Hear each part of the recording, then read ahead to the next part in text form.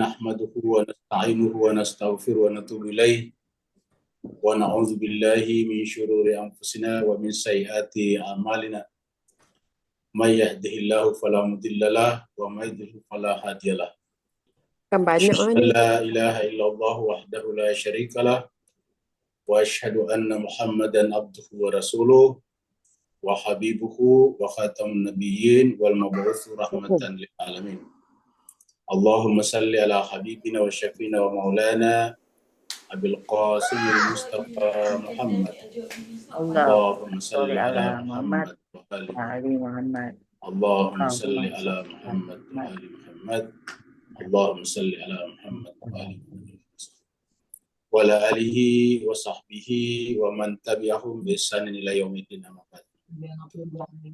Masyiral muslimin rahimakumullah, dimanapun berada, kita bersyukur, kita bersua dalam keadaan walafiat. Dan pada malam hari ini kita masuki pertemuan kedua surat baru, surat Al-Anfal.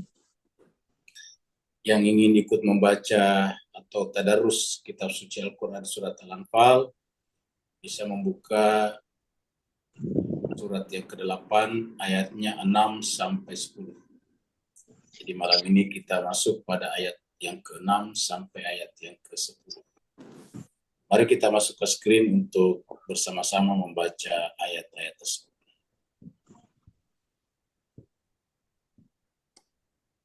Assalamualaikum warahmatullahi wabarakatuh.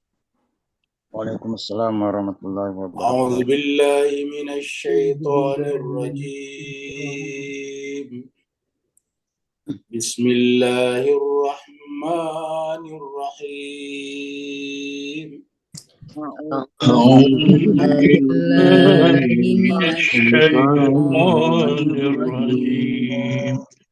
Bismillahirrahmanirrahim.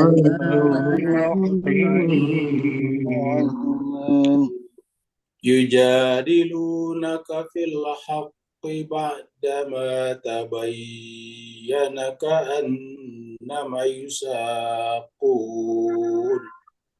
Yujadilunaka fil haqqi ba'dama tabayyana ka'annama yusaqun. كأنما يساقون إلى الموت وهم ينظرون كأنما يساقون إلى الموت وهم ينظرون. وإذ يعدكم الله إحدى الطائفتين أنها لكم وإذ يعدكم الله الطائفتين أنها لكم وتودون أن غير ذات الشوكة تكون لكم وتودون أن غير ذات الشوكة تكون لكم ويريد الله أن يحق الحق بكلماته ويريد الله أن يحق الحق بكلماته ويقطع دابر الكافرين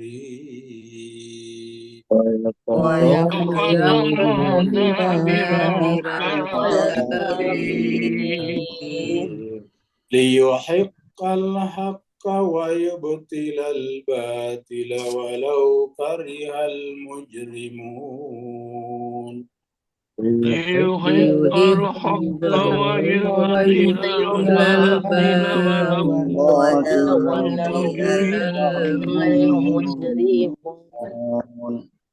إذ تستغيثون ربكم فاستجاب لكم إذ تستغيثون تستغيثون ربكم ربكم فاستجاب فاستجاب لكم لكم أني ممدكم بألف من الملائكة مردفين أني ممدكم ممدكم بألف بألف من من الملائكة الملائكة الملائكة مردفين مردفين وما جعله الله إلا بشرى ولتطمئن به وما وما جعله جعله الله الله إلا إلا بشرى ولتطمئن ولتطمئن به قلوبكم وما النصر إلا من عند الله ولتطمئن به قلوبكم وما النصر إلا إلا من من عند عند الله إن الله عزيز حكيم إن الله عزيز حكيم صدق الله العلي العظيم صدق الله العلي العظيم اللهم صل وسلم وزد وبارك على رسول الله وآله الأطهار على رسول الله وآله الأطهار اللهم صل على محمد اللهم صل على محمد.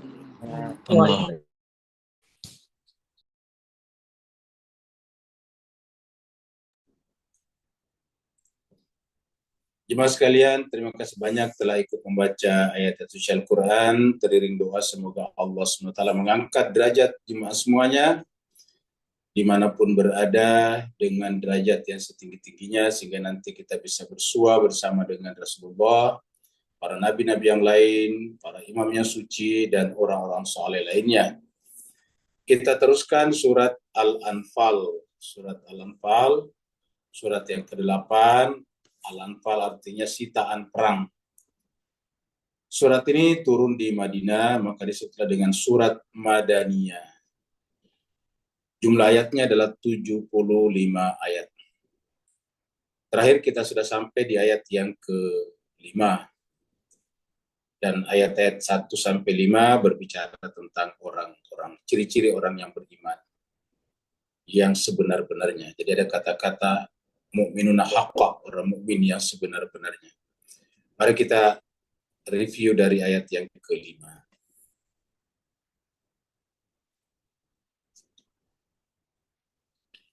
Allah SWT berfirman, A'udzubillahi minasyaitonirrajim, Bismillahirrahmanirrahim. Kama akhrajaka rabbuka min baitika bil haqqi. Sebagaimana Allah SWT Tuhanmu mengeluarkan, Rabbuka, Tuhanmu, akhrajaka mengeluarkan kamu, min baitika dari rumahmu. Bil haqqi dengan alasan yang benar, yaitu untuk mencegat iring-iringan kafilah Abu Sufyan ataukah orang-orang kafir Quraisy yang pulang dari Suriah, yang mereka semuanya adalah menyita harta benda kaum muslimin yang meninggalkan Mekah setelah mereka usir secara paksa, dan orang-orang mukmin ini bersama dengan Nabi berpindah ke Yastrib atau Madinah. Wa inna fariqam minal mu'minina lakarihun. Bahwa upaya seperti ini termasuk juga mendapatkan resistensi, penolakan dari sebagian orang beriman. Fariqan itu segolongan. Lakarihun tidak senang. Ketidaksenangan mereka karena dua hal, terutama yang pertama adalah mereka tidak ingin repot-repot untuk pergi berperang, Yang kedua, mereka juga merasa punya hubungan-hubungan emosional dengan orang-orang kafir Quraisy yang ada di Mekah. Padahal yang namanya keadilan harus melepaskan diri dari berbagai macam ikatan emosional. Keadilan adalah objektif, maka tidak bisa ditegakkan apabila masih ada perasaan yang sifatnya emosional. Sekarang kita masuk pada ayat baru. Bahkan nanti ada yang mendebat Nabi di sana. Jadi mendebat berkenaan dengan kejadian ini. Yujadilunaka fil haqqina. Mereka mendebat kamu Muhammad berkenaan dengan kebenaran. Jadi dapat kita bayangkan di awal-awal Islam di Madinah ini kan awal di Madinah ini awal-awal. Jadi awal-awal Nabi hijrah ke Madinah. Jadi perang Badar saat itu diperkirakan tahun 1 atau tahun kedua di sana di Madinah. Nah sekarang mereka ada yang bersama dengan Nabi meninggalkan Mekah, hijrah, pergi ke Yastrib atau Madinah. Di Madinah juga sudah ada yang beriman sebelumnya, bahkan banyak. Pernah kita sampaikan bahwa jangan heran bahwa di Yastrib itu sudah mayoritas Islam pada saat itu sebelum Nabi hijrah. Kok bisa padahal Nabinya belum ada? Ya karena Nabi mengutus ke sana satu golongan, satu rombongan yang dipimpin oleh Mus'ab bin Umair. Nah, mereka inilah nanti yang menyampaikan agama Islam di Yastrib dan berhasil mendamaikan dua kelompok besar, suku besar yang mayoritas di Yastrib, yang selama ini kerjanya berperang, dan perang demi perang mereka hanya menguntungkan pihak lain. Damaikanlah dua suku besar itu, yaitu Aus dan Khazraj, sehingga kemudian mereka menerima Islam. Jadi mereka sudah ada yang Islam, sudah banyak yang Islam. Nah, tetapi mereka ini ketika Nabi mengajak mereka untuk meninggalkan rumah, untuk pergi berperang di perang Badar, yujadilunaka, mereka mendebat kamu Muhammad. Yujadiluna itu mendebat, ya artinya bahwa atau mendebat di sini artinya membantah, karena kalau aslinya Nabi itu kan ya harusnya tidak boleh didebat. Begitu kita mengetahui bahwa Nabi itu adalah utusan Tuhan, kan berarti bahwa kata-katanya adalah merupakan dari Tuhan. Jadi kalau kita mendebat Nabi kan hakikatnya kita tidak mengimani bahwa Nabi Muhammad itu adalah utusan Allah. Jadi kita masih menganggap bahwa pendapat Muhammad berkata-kata itu adalah pendapat pribadinya. Dan karena pendapat pribadi ya boleh kita debat, kurang lebih begitulah pandangan mereka. Ya harusnya kalau kita mengimani bahwa Muhammad itu adalah Rasul Allah, Rasulullah, Nabi Allah, Nabiullah, ya harusnya apa yang disampaikan, yang dikatakan, kita harus imani, kita harus yakini itu dari Allah. Dan karenanya sikap kita terhadapnya adalah sami'na wa ata'na. Kami dengar dan kami taat. Tetapi mereka bahkan yujadilunaka, bahkan membantah, mendebat Nabi. Ya. Fil haqqi, dalam kebenaran. Kebenaran daripada perintah pergi berperang tadi. Jadi Bapak Ibu bisa lihat ini masih awal-awal di Madinah. Ya, sudah mereka membantah. Jadi selalu ada orang dari dalam yang sebetulnya ikut bersama dengan Nabi itu bukan karena keyakinan, tapi hanya karena alasan-alasan tertentu. Jadi yujadilunaka fil haqqi. Ya. Ba'da ma tabayyana, setelah jelas. Ya. Ka'annama yusaquna ilal mauti, setelah jelas bahwa Muhammad itu adalah Rasul, yang disampaikan itu adalah kebenaran, dan yang disampaikan itu adalah kebenaran, maka pasti yang disampaikan Nabi itu pasti berkonsekuensi pada kemenangan, tetapi mereka tetap mendebat Nabi. Ya. Ka'annama yusaquna ilal mauti. Jadi seakan-akan mereka itu pergi ke sana untuk pasti mati, ya, seperti itu, pasti mati. Kesan itu hanya ibaratnya bunuh diri saja. Jadi makanya ketika ia ajak oleh Nabi, maka ka'annama, penolakannya, debatnya kepada Nabi seakan-akan, jadi debatnya mereka kepada Nabi seakan-akan begitu menolak Nabi, meng-against Nabi, seakan-akan yusakuna ilal maut. Mereka itu seakan-akan mau dijebloskan kepada kematian. Mau disuruh mati saja. Bahwa memang kalau orang Islam itu harus bersedia untuk syahid, musyahadah, tetapi bukan berarti berperang itu untuk syahid. Berperang itu kan untuk menegakkan kebenaran. Al-haq tadi ini. Cuma memang ada konsekuensinya, itu kematian. Sehingga orang yang ingin menegakkan kebenaran tidak perlu takut mati. Karena kebenaran itu lebih tinggi daripada kematian itu sendiri. Bahkan justru kematian itu tidak berstatus kematian kalau yang diperjuangkannya adalah kebenaran. Al-Quran mengatakan, jangan kira orang yang terbunuh di jalan Allah itu mati, mereka itu hidup. Jadi dengan demikian, hakikat kehidupan adalah ketika kita hidup di sana. Dan orang yang mati di dalam membela kebenaran, hakikatnya dia akan terus hidup. Ya. Jadi oleh sebab itulah, ini sudah jelas. Tetapi mereka bahkan ka'an nama yusafuna ilal maut. Seakan-akan mereka itu dijebloskan, didorong, dicemplungkan ke dalam kolam kematian. Wahum yanzurun, ya. Sementara mereka memperhatikannya, seakan-akan melihat bahwa sebentar lagi mereka akan mati. Jadi artinya dari awal kita lihat bahwa sudah banyak. Nah, dengan melihat kasus surat 8 ayat 6 ini, dapat kita bayangkan banyak orang yang ikut pada Nabi beriman, tetapi imannya hanya cukup sekedar untuk kepentingan sesaatnya saja. Dia percaya kepada Nabi bahwa Nabi adalah pemimpin yang baik. Seperti mana kita percaya kepada pemimpin-pemimpin sekarang, seperti itulah. Kita percaya karena bisa membangun jembatan, bisa bangun jalan-jalan, bisa mengamankan, seperti itu saja. Nah, padahal yang namanya Nabi itu kan lebih dari itu, melampaui itu. Nabi itu adalah bahkan ingin menyelamatkan kita nanti di akhirat. Jadi ajaran Nabi itu adalah membangun infrastruktur di dunia untuk dilewati sampai ke akhirat.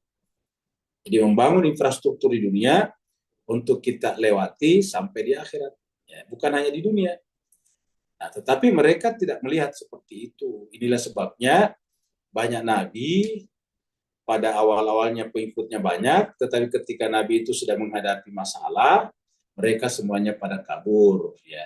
Banyak yang seperti itu. Misalnya Nabi Musa, begitu Samiri mengintimidasi mereka, mengintimidasi juga Harun, mereka semuanya pada takut. Akhirnya ikut pada Samiri walaupun mengajarkan sesuatu yang tidak benar, yaitu menyembah patung anak sapi yang terbuat dari emas. Begitu juga misalnya Nabi Isa. Nabi Isa bisa mengobati orang yang sakit, menyembuhkan orang yang buta, menghilangkan penyakit kulitnya orang yang lepra, bisa bahkan menghidupkan orang mati. Maka karena kepentingan-kepentingan ini semualah, maka mereka datang kepada Nabi Isa. Jadi mereka datang kepada Nabi Isa itu dengan setumpuk, segudang agenda hajat-hajat pribadi. Jadi mereka datang kepada Nabi Isa itu dengan membawa hajat-hajat pribadinya. Ada yang membawa hajat saudaranya yang sakit, ada yang membawa hajat saudaranya yang buta, dan seterusnya. Dan Nabi Isa bisa mengobati orang yang sakit, menyembuhkan orang buta. Nah, tetapi karena ini adalah hajat pribadi, kepentingan pribadi, subjektif, maka ketika mereka semuanya diminta untuk mempertahankan kebenaran, ketika terancam oleh penguasa pada saat itu, yaitu penguasa Romawi, semuanya pada kabur. Dia lupa semuanya, seakan-akan lupa semuanya, kontribusi sumbangsi Nabi Isa kepada mereka.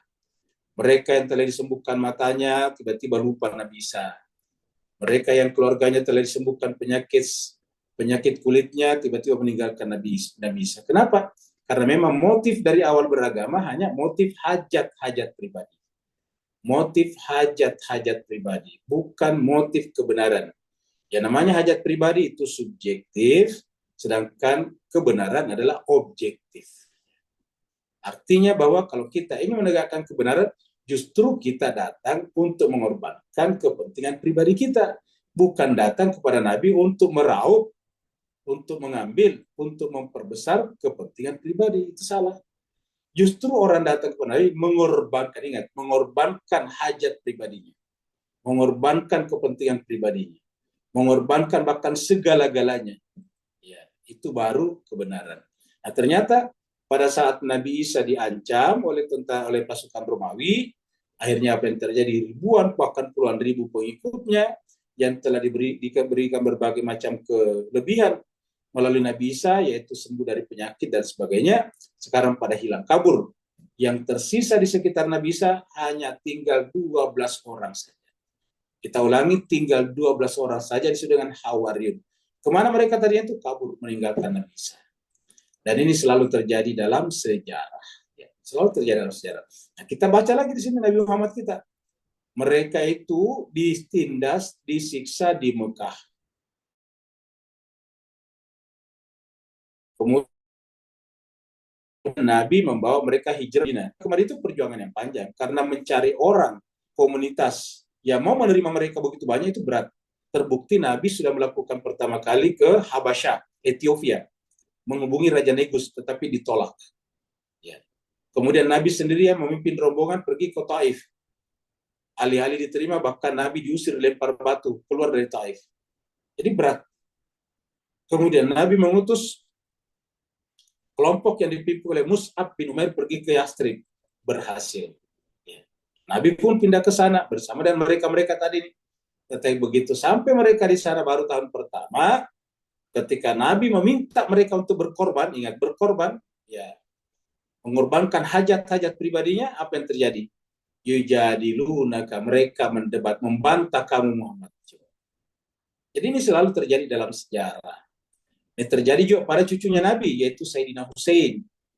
Ya, ketika Sayyidina Hussein ini akan dibunuh di di Karbala, banyak orang mengaku sebagai pengikutnya dari Kufah, tetapi setelah diintimidasi oleh Gubernur Ibnu Ziyad, maka kemudian mereka semuanya meninggalkan Imam Hussein, meninggalkan utusan Sayyidina Hussein, yaitu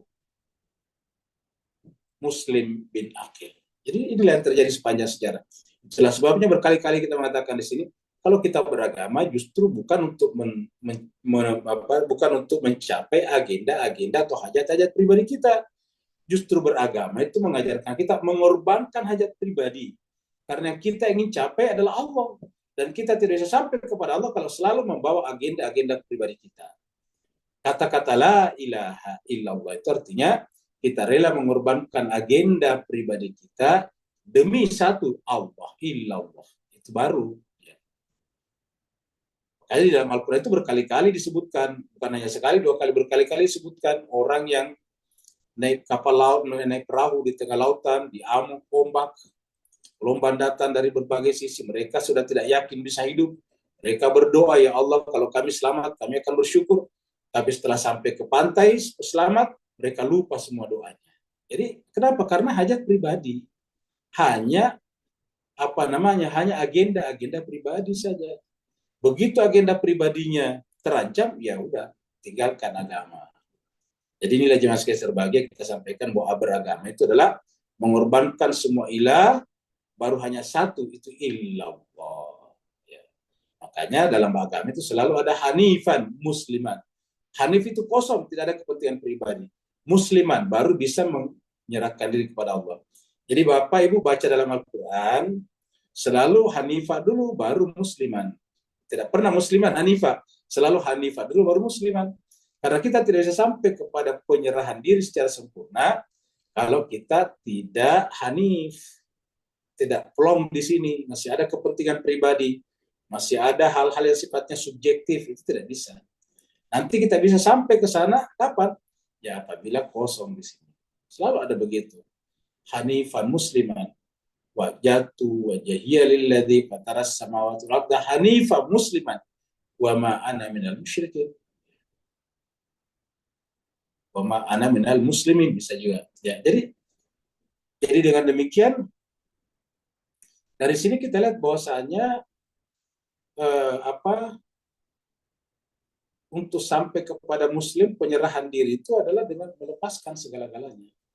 Dan kita dianjurkan itu terjadi sebelum kita mati. Karena Al-Quran mengatakan wala tamutunna illa wa antum muslimun. Ya, usahakan jangan mati sebelum berserah diri. Apa itu berserah diri? Semua kepentingan pribadi, semua agenda, semua hajat, semua niat-niat pribadi kita harus dilepaskan. Niatnya cuma satu, lillahi ta'ala, atau taqarrub ila Allah. Itu saja. Nah, maka kita lihat di sini juga sekalian berbahagia, orang-orang yang masih ada agenda pribadinya ketika Nabi mengajaknya, langsung mereka mendebat Nabi. Ya. Jadi kaknya di sini Nabi, sini mu-nya di sini Nabi. Ya. Jadi di sini adalah mu-nya di sini atau kak di sini adalah Nabi. Yujadilunaka fil haqqi ba'da ma tabayyana ka'annama yusaquna ilal mauti wa hum yanzurun. Kita lihat ayat seperti ini ada beberapa kali muncul. Surat Al-An'am, surat yang ke-6 ayat 25. Wa minhum may yastami'u ilaika. Jadi di antara mereka ada yang mendengar kepada Muhammad. Jadi kalau Nabi ceramah, dengar, ikut juga. Ya. Mereka ikut. Tetapi apa yang terjadi? Wa ja'alna ala qulubihim akinah, tetapi kami jadikan, kami biarkan hati mereka akinah tersumbat. Ya. Tersumbat apa? An yafqahu, untuk memahami apa disampaikan Nabi. Jadi ada yang kelihatannya ikut juga mengaji sama Nabi. Yastami'u ilaika. Tetapi karena kalbunya tertutup, apa menutup kalbunya? Agenda pribadi. Ingat, agenda pribadi atau agenda kelompok, ya. Jadi tidak hanif. Nah, karena dalam hati mereka fi ala qulubihim akinah, ya, sumbat. Sehingga apa yang terjadi? Ayyafqahu, tidak bisa memahaminya. Tersumbat hatinya untuk memahami apa? Apa yang disampaikan Nabi. Ya. Wa fi adani waqra, dan di dalam kupingnya, telinganya ada sumbat juga, waqra. Ada tutup, ada segel, ya. Ada seal. Wa in yarau kulla ayatin, dan apabila mereka melihat setiap ayat, jadi kulla ayatin, setiap ayat mereka lihat, la yu'minu biha, mereka tidak mengimaninya. Padahal mereka mengikuti ceramah dari Nabi ini. Ya, jadi wajar, ya. Jadi kalau orang-orang seperti saya Al-Fakir yang bodoh ini ceramah, wajarlah. Nabi aja ditinggalkan ini. Ilaikan kanya Nabi Muhammad. Ya, coba kita lihat aja banyak di sini nih. Ini Muhammad ini, lihat. Jadi Nabi Muhammad, ya. Jadi Nabi aja diperlakukan begitu, apalagi kalau yang biasa. Jadi ada yang mendengarkan kaum Muhammad, tetapi karena hatinya tersumbat, mereka tidak paham, dan di telinganya ada segel. Wa in yarau kulla ayatin la yu'minu biha. Kalau mereka melihat setiap ayat atau ayat apapun, la yu'minu biha, mereka tidak mengimaninya. Hatta idza ja'uka, sampai ketika mereka datang kepada Muhammad, yujadilunaka, mereka membantah kamu ini. Ya, jadi mereka membantah, padahal mereka ini mendengar. Tapi karena mereka tertutup hatinya, ketika Nabi memerintahkannya, alih-alih boro-boro mendengar kepada Nabi, yang terjadi adalah yujadilunaka, mereka membantah, mendebat kamu. Nabi didebat. Yaqulul ladzina kafaru, dan berkatalah orang-orang kafaru yang ingkar. Yaqulul ladzina kafaru, berkatalah orang-orang kafaru. In hada illa asatirul awwalin. In hada, tiadalah ini illa kecuali asatirul awwalin. Tiada lain ini kecuali adalah dongeng daripada orang terdahulu. Jadi Nabi sendiri membacakan Al-Quran itu. Nabi manusia suci, tidak ada kekurangannya, terkenal sebagai Al-Amin. Tapi ketika menyampaikan Al-Quran, dan Al-Quran itu tidak bisa mereka menemukan cacat kekurangannya, mereka bahkan mengatakan, in hadza illa, tiadalah Al-Quran ini kecuali, mesti adalah Al-Quran yang dibaca, disampaikan Muhammad ini, kecuali asatir. Asatir ini bentuk jamak dari satir. Satir itu adalah cerita yang diada-adakan. Ya, asatirul awwalin, dongeng-dongeng orang terdahulu saja. Kenapa dalam Al-Quran banyak cerita tentang orang terdahulu, sejarah. Jadi mereka katakan in hadza illa asatir. Jadi selalu ada. Jadi model keberagaman ini ada setiap saat. Dan kita baca ini bukan untuk melihat orang lain, itu siapa, untuk diri kita masing-masing. Jangan-jangan kita juga masuk di dalamnya. Jadi ini adalah untuk diri kita. Marilah kita melihat, menggunakan ayat ini untuk melihat ke dalam kedalaman hati kita masing-masing. Jangan-jangan kita pun masuk dalam kategori ini. Nauzubillahi min dzalik, na'udzubillah. Karena ada juga orang yang mengaji atau apa hanya untuk sekedar mencari komunitas, mencari lingkungan pergaulan. Bahkan ada juga yang kepentingan macam-macam, mencari komunitas untuk berdagang, untuk berjualan. Apakah tidak boleh orang berdagang? Boleh, tetapi kalau nawaitunya untuk itu hanya berdagang, ya berarti tidak mendapatkan apa-apa selain daripada dagangan. Ya. Boleh jadi seperti itu. Jadi oleh sebab itulah marilah kita melakukan muhasabah terhadap diri kita masing-masing. Ya, kenapa? Karena kita lihat pada faktanya ya dalam hierarki global umat itu berarti komunitas. Umat Islam itu berada di bawah. Kita tidak bisa berbicara banyak.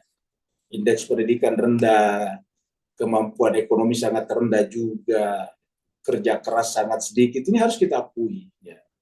Nah, bagaimana caranya dengan upaya ikhtiar yang sedikit seperti ini, baru kita berharap untuk menjadi khalifahnya dunia, khalifahnya Tuhan di muka bumi. Ya, ini tidak bisa. Bagaimana kita dengan mental, karakter, malakah seperti ini, lalu kita berharap menjadi khalifah Allah di muka bumi. Alih-alih menolong imam zaman, justru kita hanya minta imam zaman menolong kita. Padahal konsepnya Imam Hussein, adakah yang menolong aku? Bukan mengatakan, adakah saya mau tolong? Kan enggak begitu. Sayyidina Hussein di Karbala mengatakan, hal minna, serinyan suruni. Masih adakah penolong yang mau menolong aku? Dia tidak mengatakan, masih adakah orang yang saya mau tolong? Enggak begitu. Masih adakah orang yang mau menolong aku? Jadi asumsi dasarnya menolong mereka. Seperti itu. Ya, karena tidak ada yang menolongnya, ya dibunuh di sana. Sekarang kalau kita tidak ingin membiarkan ini terjadi, harus kita menolongnya. Bukan menunggu pertolongan dari mereka. Kalau kita menunggu pertolongan dari mereka, berarti kita telah menjadi beban bagi mereka. Kita datang, kita menjadi pengikut, tetapi menjadi beban bagi mereka. Harusnya kita justru datang menolongnya. Apa namanya menolongnya? Melepaskan beban-beban yang begitu berat. Bukan justru meminta beban kita dipikul oleh mereka. Inilah yang kita sampaikan ini karena kebetulan ayat yang kita baca, yujadil, mendebat Nabi, bayangkan. Nabi di debat. Padahal ini dikatakan tadi orang beriman. Di ayat yang kita bahas tadi orang beriman. Sekarang kita lihat surat Ghafir, surat 40 ayat 56. Allah berfirman, innal ladzina yujadiluna fi ayatillah. Sungguhnya orang-orang yujadiluna membantah. Yujadil membantah, mendebat. Apa yang didebat? Tentang ayat-ayat Allah. Ya, terutama Nabi Muhammad, karena ayat Allah itu tadinya disampaikan oleh Nabi. Kan cuma Nabi Muhammad yang menyampaikan ayat. Berarti yang didebat Nabi, tentu sama dengan ayat tadi. Jadi yujadiluna fi ayatillah. Kalau tadi kan ada kata yujadiluna kak. Di sini tidak ada kaknya, tapi ada kata fi ayatillah. Karena fi ayatillah itu otomatis adalah Nabi. Jadi yujadiluna fi ayatillah bighairi sultan, tanpa alasan, tanpa argumen yang bisa dipertanggungjawabkan secara akli. Bighairi sultanin atahum, sampai tanpa menggunakan argumen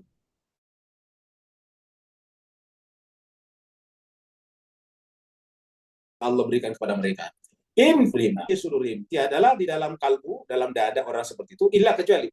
Jadi tiadalah yang ada di dalam dadanya, di dalam jiwanya, illa kecuali apa? Kibrun, kiber. Kecuali adalah kiber, sombong, angku, arogan. Jadi orang bantah Nabi seperti itu, in fi sudurim illa kibrun. Makanya kita katakan tadi, ini adalah ayat untuk introspeksi buat kita. Kenapa? Karena Nabi mengatakan dalam hadisnya, man kana fi qalbihi mithqala dzarratin min kibr. Ini sama tulisannya. Jadi ulangi lagi, man kana fi qalbihi mithqala dzarratin min kibrin la yadkhulul jannah. Siapa yang di dalam kalbunya ada sebesar debu, sebesar atom, min kibr, kibr ini la yadkhulul jannah, tidak akan masuk surga. Kenapa? Ya karena berarti kan iblis yang diikutinya, bukan Nabi, bukan Allah. Kenapa? Pertama kibar itu iblis. Wa idh qulna lil malaikati isjudu li adama fasajadu illa iblis aba wastakbara. Istakbara dari kata kibar. Wa kana minal kafirin. Dengan demikian apa kata Allah? In fi sudurihim illa kibrun. Tidak ada yang ada di dalam jiwanya kecuali kibar. Jadi tanpa mereka sadari. Mahum bibalighihi. Dan apa yang disombongkannya, artinya menyombongkan diri seakan-akan dia bisa segala-galanya, tidak akan pernah bisa mencapainya. Jadi saya dia mengatakan, saya paling kuat. Enggak, nanti dia akan tumbang. Saya paling kaya? Tidak, di atas langit ada langit. Saya yang paling pintar. Tidak ada yang lebih pintar dari yang pintar. Illa kibrun mahum bibalighi fasta'id billah. Maka terhadap orang seperti ini, atau terhadap kita jangan sampai seperti ini, selalulah berlindung kepada Allah. Makanya kita katakan na'udzubillahi min dzalik, tsumma na'udzubillahi min dzalik. Kenapa? Ini perintah Allah, fasta'id billah. Maka berlindunglah kepada Allah. Jadi fasta'id billah. Kenapa? Innahu, karena sesungguhnya dia Allah huwas sami'ul basir. Dia Allah Maha mendengar lagi Maha melihat. Innahu huwas sami'ul basir. Sesungguhnya dia Allah Maha mendengar lagi Maha melihat. Jadi innahu huwas sami'ul basir. Sesungguhnya dia Allah Maha mendengar lagi Maha melihat. Nah, jadi saya kira jelas ya. Kita balik lagi ke sini. Jadi sudah jelas nih ya. Sekarang maju ayat 6, ayat 7. Nah, contoh yang paling kita lihat ketika diatur peperangan di Badar itu kan Nabi mengatur strategi perang itu di kelompok-kelompokkan. Nah, kelompok A, B, C, D. Kelompok A menghadapi yang di sebelah sana, kelompok B menghadapi yang di sebelah situ, begitulah.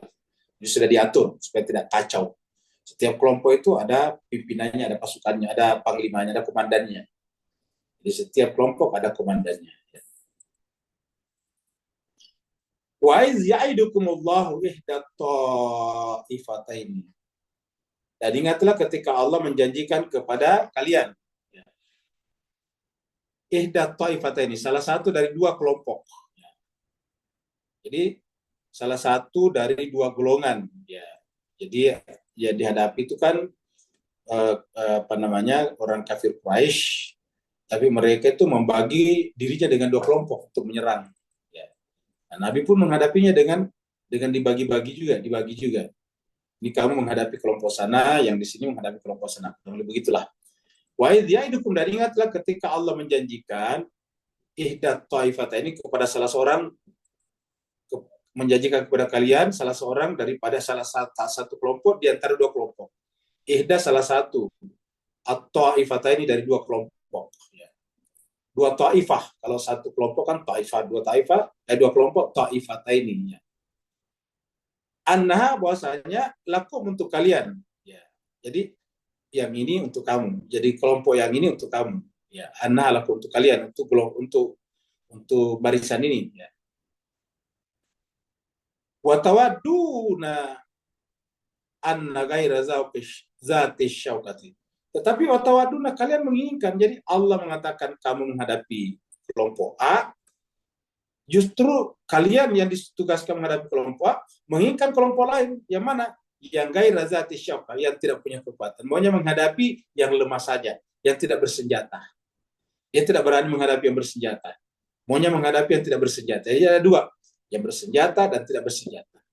Tetapi ketika Allah memberikan tugas kepada kalian untuk menghadapi kelompok yang bersenjata, tawaduna, kalian menginginkan anna ghaira zati syaukati, agar diberikan kepada kalian kelompok yang tidak bersenjata, tidak punya kekuatan militer. Syauka itu kekuatan bersenjata. Takunu lakum, yang kalian inginkan. Takunu, kamu ingin, lakum untuk kalian. Jadi yang tidak bersenjata ini untuk kalian. Wa yuridullah, padahal Allah ingin dengan mengatur seperti ini. Wa yuridullah, Allah ingin ayyuhiqal haqqah, untuk membenarkan yang benar. Jadi ketika Allah mengatur bahwa satu ini dari dua ini adalah untuk kalian, gitu. Untuk apa ini? Supaya Allah ingin membenarkan yang benar. Yuhiqqal haqqa bi kalimati. Membenarkan yang benar. Artinya bahwa ini pasti nanti menang. Kenapa? Karena itu adalah Allah yang atur. Tinggal ikut saja. Yuhiqqal haqqa bi kalimati. Yang kedua, wa yaqta'a dabiral kafir. Allah ingin melalui tangan kalian menghancurkan dabiral kafir, seluruh orang kafir itu. Mereka ini disebut kafir. Kenapa? Karena menolak, mengusir Nabi dari Mekah. Ya. Kan ini yang datang ini adalah orang-orang kafir Quraisy yang telah mengusir Nabi dan sahabat-sahabatnya dari Mekah. Dan ketika mereka usir, semua harta barang-barangnya, rumahnya, propertinya diambil oleh mereka, disita, tidak diberikan. Jadi semuanya disita oleh mereka. Maka kemudian Nabi wajar kalau misalnya memerangi mereka untuk mengambil kembali harta yang senilai dengan apa yang mereka tinggalkan di Mekah yang mereka telah sita. Karena itu adalah hak mereka. Nah, tetapi apa yang terjadi setelah Nabi membuat aturan sedemikian rupa, mereka justru menginginkan sesuai dengan kepentingan pribadinya. Ingat. Jadi yang pertama tadi di atas mendebat Nabi tentang tidak perlunya berperang. Yang kedua, yang ikut berperang membantah lagi Nabi, menentang lagi Nabi. Mereka maunya berperang, melawan sesuai dengan kemauannya. Saya maunya berperang melawan yang tidak bersenjata saja, kamu gitu. Padahal Nabi sudah mengatur, ini kamu untuk yang itu, kamu yang untuk yang sana, kamu gitu. Tetapi mereka tidak mengikuti Nabi. Jadi sudah dua pelanggaran. Jadi intinya di sini kita lihat bahwa persoalan umat Islam itu adalah ketaatan. Kalau kepada Nabi saja tidak ada ketaatan itu bagaimana kepada di bawahnya? Padahal dengan taat sebetulnya membantu Nabinya. Dengan tidak taat berarti ingin Nabi membantu mereka. Padahal justru harus mereka membantu Nabi. Kenapa? Dengan membantu Nabi, membantu Allah, membantu diri sendiri. Karena Allah mengatakan intan surullah yang surkum. Kalau kalian menolong Allah, Allah pasti akan menolong kamu.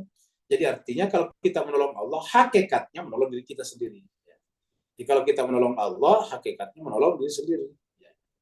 Kita lihat di sini ayatnya. Surat Musyawarah Syura, ayatnya 24. Am yaqulu naftara, atau bahkan mereka mengatakan, yaqulun itu mereka mengatakan, iftara, dia Muhammad yang mengadakan. Iftara itu dibuat-buat, dikarang. Allah atas nama Allah. Karena dikarang, ya katibah kedustaan. Jadi mereka menuduh Nabi berdusta. Perintah-perintah tadi dibuat-buat, tapi mengatasnamakan Allah. Itu mereka menuduh Nabi seperti itu. Bayangkan. Yaqulun mereka berkata, iftara, dia Muhammad. Dia Muhammad. Muhammad. Jadi bagi mereka kata Muhammad itu cuma mengada-adakan. Jadi dari dulu sudah ada potensi-potensi pemberontakan terhadap Nabi sebetulnya. Am yaqulu naftara, dan ini harus kita lihat juga. Karena umat Islam seperti sekarang ini ya berarti kualitas kita kan. Umat Islam tidak punya kekuatan ekonomi, tidak punya kekuatan teknologi, lemah dalam sains, lemah dalam macam-macam, itu kan berarti kita umat Islam yang kuat. Tentu mungkin ada satu orang yang baik, tetapi secara average, secara rata-rata ya kita memang lemah. Dan ini harus kita introspeksi. Ya. Am yaqulu naftara 'alallahi kadiba. Mereka berkata Nabi Muhammad aja itu yang mengadakan baru mengatasnamakan Allah. Padahal itu adalah kadzib, dusta. Fa in yasha'illahu yakhtim ala qalbika. Seandainya Allah menghendaki, yakhtim, dia menutup kalbu kamu Muhammad. Seandainya. Ya. Jadi artinya apa yang disampaikan Nabi itu bukanlah kedustaan, tapi dari Allah. Kalau Allah mau ya tentu ditutuplah hatinya Nabi, baru dikatakan kedustaan. Tapi karena kalbunya Nabi adalah terbuka lebar untuk Allah.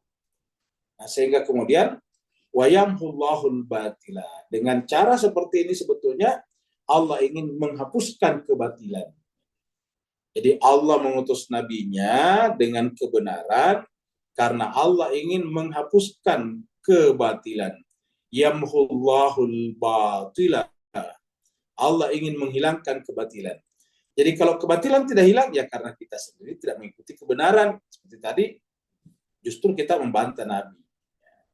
Boleh jadi kalau ada Nabi sekarang di kita, mungkin kita bantah juga. Kenapa? Karena ketika Nabi datang, kita hanya datang kepada Nabi untuk meminta hajat-hajat pribadi kita. Bayangkan ibu sekalian, kalau pada zaman Nabi, semua orang datang kepada Nabi meminta hajat pribadinya. Nabi tidak berdakwah, Nabi tidak berperang, Nabi tidak mengurusi umat. Bayangkan. Jadi wayamhullahul batil, Allah ingin menghapuskan kebatilan itu.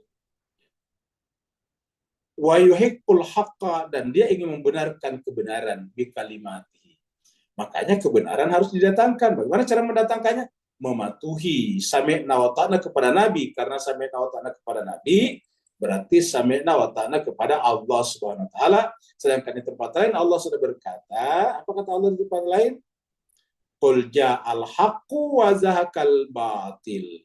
Innal batila kana zahuqa. Itu di surat 17 ayat 80. Jadi qul ja'al haq ayat 80 atau 81.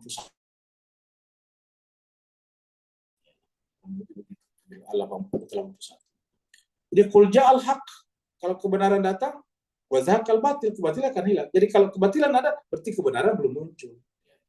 Innal batila, karena hakikatnya kebatilan itu tidak ada. Jadi kalau masih kuat sampai sekarang ya karena kebenaran tidak dimunculkan. Ya, makanya apa yang terjadi di Palestina ini sebetulnya membuka mata seluruh manusia, terutama orang Islam. Kenapa diperlakukan seperti itu? Ya, kan menunjukkan bahwa orang Islam tidak membawa kebenaran. Ya, alih-alih membawa kebenaran, justru mereka hidup di bawah ketek kebatilan. Siapa pelaku kebatilan? Ya negara-negara besar. Dan mereka semuanya hidup dari bantuan, harapan, mengemis kepada mereka melalui lembaga-lembaga yang bernama IMF, Bank Dunia, dan sebagainya. Jadi bagaimana mereka bisa? Jadi wayamhullahul batila wa yuhiqqal haqqa bikalimatihi. Jadi Allah justru ingin membenarkan kebenaran, menghapuskan kebenaran bikalimati, dengan kalimat-kalimatnya, yaitu nabinya. Kalimat ini kan kita pernah sampaikan itu orang. Dan ini jamak. Jadi setelah nabi ada lagi penggantinya. Ada lagi. Dan selalu terjadi seperti ini. Ya, makanya kemudian diangkat yang terakhir, karena tidak ada. Mereka datang kepada para pengganti nabi hanya membawa hajat pribadi. Mereka tidak ingin menyelamatkan imam, mereka tidak ingin menyelamatkan pemimpin sucinya, dan mereka hanya ingin ditolong olehnya. Ya. Innahu alimun bidatis sudur. Sungguhnya dia Allah alimun, maha mengetahui, bidatis sudur, dengan apa yang ada di dalam dada. Jadi innahu, sungguhnya dia Allah alim, maha mengetahui, mengetahui bidat yang ada dalam sudur kita. Jadi di dalam hati kita Allah tahu. Makanya tadi katakan di sini, kalau Allah mau tentu ditutuplah ini kalbu mereka. Tak balik lagi. Jadi ayyuhiqqal haqqa bi kalimatihi wa yaqta'ada biral kafir. Jadi ini jelas. Tapi kenapa mereka seperti ini? Ya karena tadi di atas tadi mendebat Nabi, yang sekarang adalah menolak untuk mengikuti strategi yang telah diatur oleh Nabinya. Mereka maunya berperang sesuai dengan maunya saja.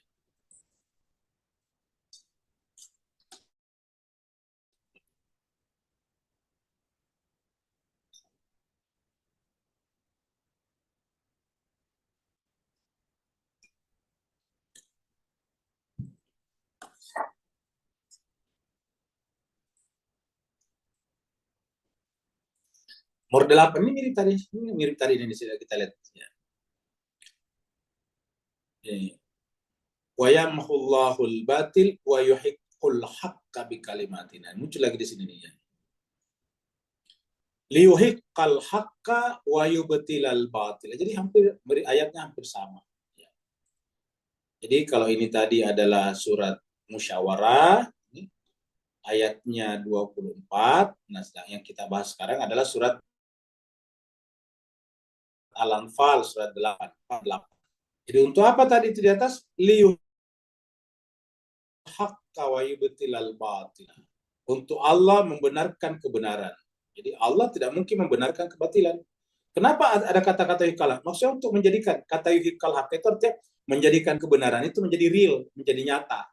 Yang namanya kebenaran itu kan konsep, ya, di pikiran, tetapi dia menjadi wujud di luar. Misalnya kemenangan bagi orang mengikuti Nabi, itu adalah membenarkan yang benar. Kalau kenapa Nabi kalah? Ya bukan karena Nabinya kalah, tetapi mereka yang mengikuti Nabi tidak patuh seperti pada perang Uhud. Jadi sebetulnya kepatuhan kepada Nabi itu supaya menjadi nyata, menjadi real, menjadi terimplementasi, menjadi terlaksana. Kebenaran itu sebagai kebenaran dan kebatilan sebagai kebatilan. Luhiqqal haqqa wa yubtilal batila walau karihal mujrimun. Walaupun orang mujrim ini para pelaku kejahatan ini tidak senang, karihah itu tidak senang, benci. Ya. Tapi kita lihat tadi di ayat di atas ada juga orang mukmin yang benci juga. Ya. Pada tujuannya adalah liyuhiqqal haqqa wa yubtilal batila. Makanya Al-Quran itu isinya adalah kebenaran. Di dalam Al-Quran itu tidak ada yang bukan kebenaran. Karena untuk membenarkan kebenaran. Jadi kalau kebenaran sekarang tidak wujud ya karena kita tidak mengikuti Al-Quran. Coba kalau kita mengikuti Al-Quran secara strict, ya pasti kebenaran akan menjadi benar. Jadi ini doa kita tidak akan mungkin tegak kalau kita tidak mengikuti ayat ini. Doa apa itu? Allahumma arinal haqqa haqqa warzuqna tibaa wa arinal batila batila warzuqna jatinaba. Itu kan doa kita semuanya. Tapi kenapa sekarang kebatilan justru seakan-akan mengalahkan kebenaran seperti yang terjadi di Palestina, Gaza. Ya, itu kan sudah 42.000 orang yang sudah terbunuh dan mereka tertindas. Harusnya kan kalau doa terjawab, kan kita percaya kalau orang tertindas itu dijawab doanya. Tapi kok tidak dijawab kelihatannya? Ya, doa itu tidak bisa terlaksana begitu saja. Harus ada introduksinya. Harus ada sebab-sebab lahirianya. Seperti inilah. Sebab lahiriah ini yang diinginkan dengan kata-kata lihiqal haqqa. Kebenaran pasti benar, tetapi untuk mewujudkan kebenangannya, ya harus ada yang membantunya. Harus ada yang mengikuti nabinya untuk mewujudkan itu. Kalau mereka tidak ikuti nabinya, berarti mereka tidak setuju dengan membenarkan yang benar. Jadi kita pertegas kembali bahwa kebenaran tidak bisa tegak dengan sendirinya secara real. Ya secara pikiran iya pasti benar. Tapi wujudnya di luar tidak mungkin. Tidak mungkin. Buktinya di Indonesia banyak mayoritas umat Islam. 200-an juta orang Islam di Indonesia. Penduduk Indonesia sekarang 280 juta.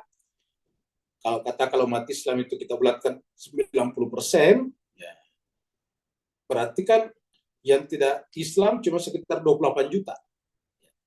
Kalau 280 juta, 10% tidak Islam, 28 juta. Ya, berarti berapa? Ya, sekitar 250-an juta yang Islam di Indonesia. 250 juta. Satu, dari sisi orang Islam. Yang kedua, masjidnya banyak sekali. Di masjid ini kita duduk, bukan hanya mendengarkan menara azan dari masjid kita, tapi juga kita mendengarkan azan masjid tetangga. Begitu seterusnya. Saking dekat-dekatnya, saking banyaknya masjid. Di Indonesia, orang untuk berhaji ngantri sampai 30-40 tahun. Bayangkan. Di Indonesia, bapak-bapak, ibu-ibu, ada daerah yang untuk berhaji harus menunggu sampai 40 tahun. Bayangkan. Luar biasa kan, saking begitu banyaknya orang di Indonesia mau berhaji. Ya, pakai jilbab. Tentara di Indonesia pun pakai jilbab. Polisi pun pakai jilbab. Luar biasa. Di mana-mana kita temukan pakai jilbab. Tapi apa yang terjadi? Indonesia sekarang termasuk negara yang paling tinggi, ingat, paling tinggi judi online-nya. Judi online-nya. Judi online sudah mencakup anak-anak. Ya. Sudah banyak anak-anak yang kecanduan online. Pegawai negeri, tentara, polisi, di mana-mana. Mulai dari bawah sampai kepada atas, pejabat tinggi melindungi backing. Luar biasa. Terus apa hubungannya dengan saya? Ya. Kan harusnya banyak orang berdoa tadi, Allahumma arinal haqqa. Ya. Selama sebabnya tidak dilakukan, ya tidak bisa hilang. Apa sebabnya? Ya, semuanya harus menghentikan perjudian, terutama bagi mereka yang punya kuasa. Ya. Yang punya kuasa siapa? Orang Islam juga harusnya bisa menghentikannya. Kenapa? Karena itu haram. Di Indonesia orang hanya ribut tentang makanan haram, tapi tidak pernah ribut menyangkut masalah pendapatan haram. Yang dibicarakan hanya makanan halal. Di mana-mana makanan harus ada tulisan halal, tapi tidak pernah berbicara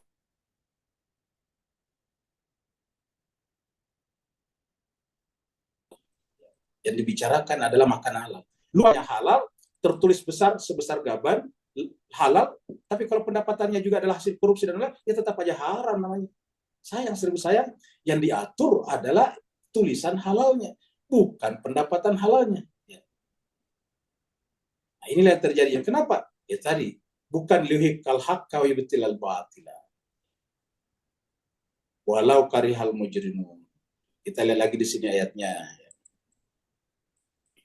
Surat Yunus dia. Jadi ada juga surat Yunus ini. Surat 10:82 ini. Wa yuhiqqullahu al-haqqa bi kalimati walau karihal mujrimun. Jadi ini harus kita lihatin sambungannya di atas 81 ya. Ini berkaitan dengan cerita Nabi Musa. Falamma alqau, maka tatkala mereka para pesihir melemparkan tongkatnya, qala Musa, berkatalah Musa, ma ji'tum bihi as-sihr. Apa yang kamu lakukan itu adalah sihir. Kata Musa. Jadi Musa mengakui bahwa itu sihir. Ma ji'tum bihi sihir. Apa yang kamu buat itu adalah sihir. Tapi apa kata Musa? Innallaha sayubtilu. Yang namanya sihir itu bukan kebenaran, karena bukan kebenaran itu tidak real, berarti batil. Sungguhnya Allah akan membatalkannya. Maksudnya membatalkan yang batal, membatilkan yang batal. Yubtilal batil tadinya. Jadi Allah itu yubtilal batil. Innallaha sayubtiluhu. Innallaha la yuslihu alal mufsidin. Allah tidak akan memberikan kemaslahatan kepada orang-orang yang melakukan perbuatan merusak di muka bumi, amalal mufsidin. Baru muncul wa yuhiqqullahu al-haqq. Maka melalui tangannya Nabi Musa, melalui kesucian hatinya Nabi Musa, melalui perjuangannya Nabi Musa, Allah berikan kepadanya tongkat untuk jadi wasilah membenarkan yang benar. Wa yuhiqqullahu al-haqq. Maka begitu Allah memerintahkan kepada Nabi Musa untuk melontarkan tongkatnya, maka tongkat Nabi Musa mendadak menjelma menjadi ular besar dan memangsa semua ular-ularnya tukang sihir. Tadinya untuk apa? Wa yuhiqqullahu al-haqqa. Untuk Allah menunjukkan kebenaran itu sebagai kebenaran bi kalimati, melalui kalimatnya itu Musa, tangannya Musa. Walau karihal mujrimun, walaupun para pelaku kejahatan Fir'aun dan teman-temannya tidak senang. Walau karihal mujrimun. Walau karihal mujrimun, walaupun para pendosa atau para pelaku kejahatan itu tidak senang. Jadi harus ada yang melemparkan tongkatnya. Harus ada asbab. Tidak bisa terjadi begitu saja. Jadi kan bisa saja Nabi Musa simsalabim, bisa. Tapi selalu ada asbabnya. Ada tongkat di situ. Ya. Nah, jadi inilah yang kita lihat.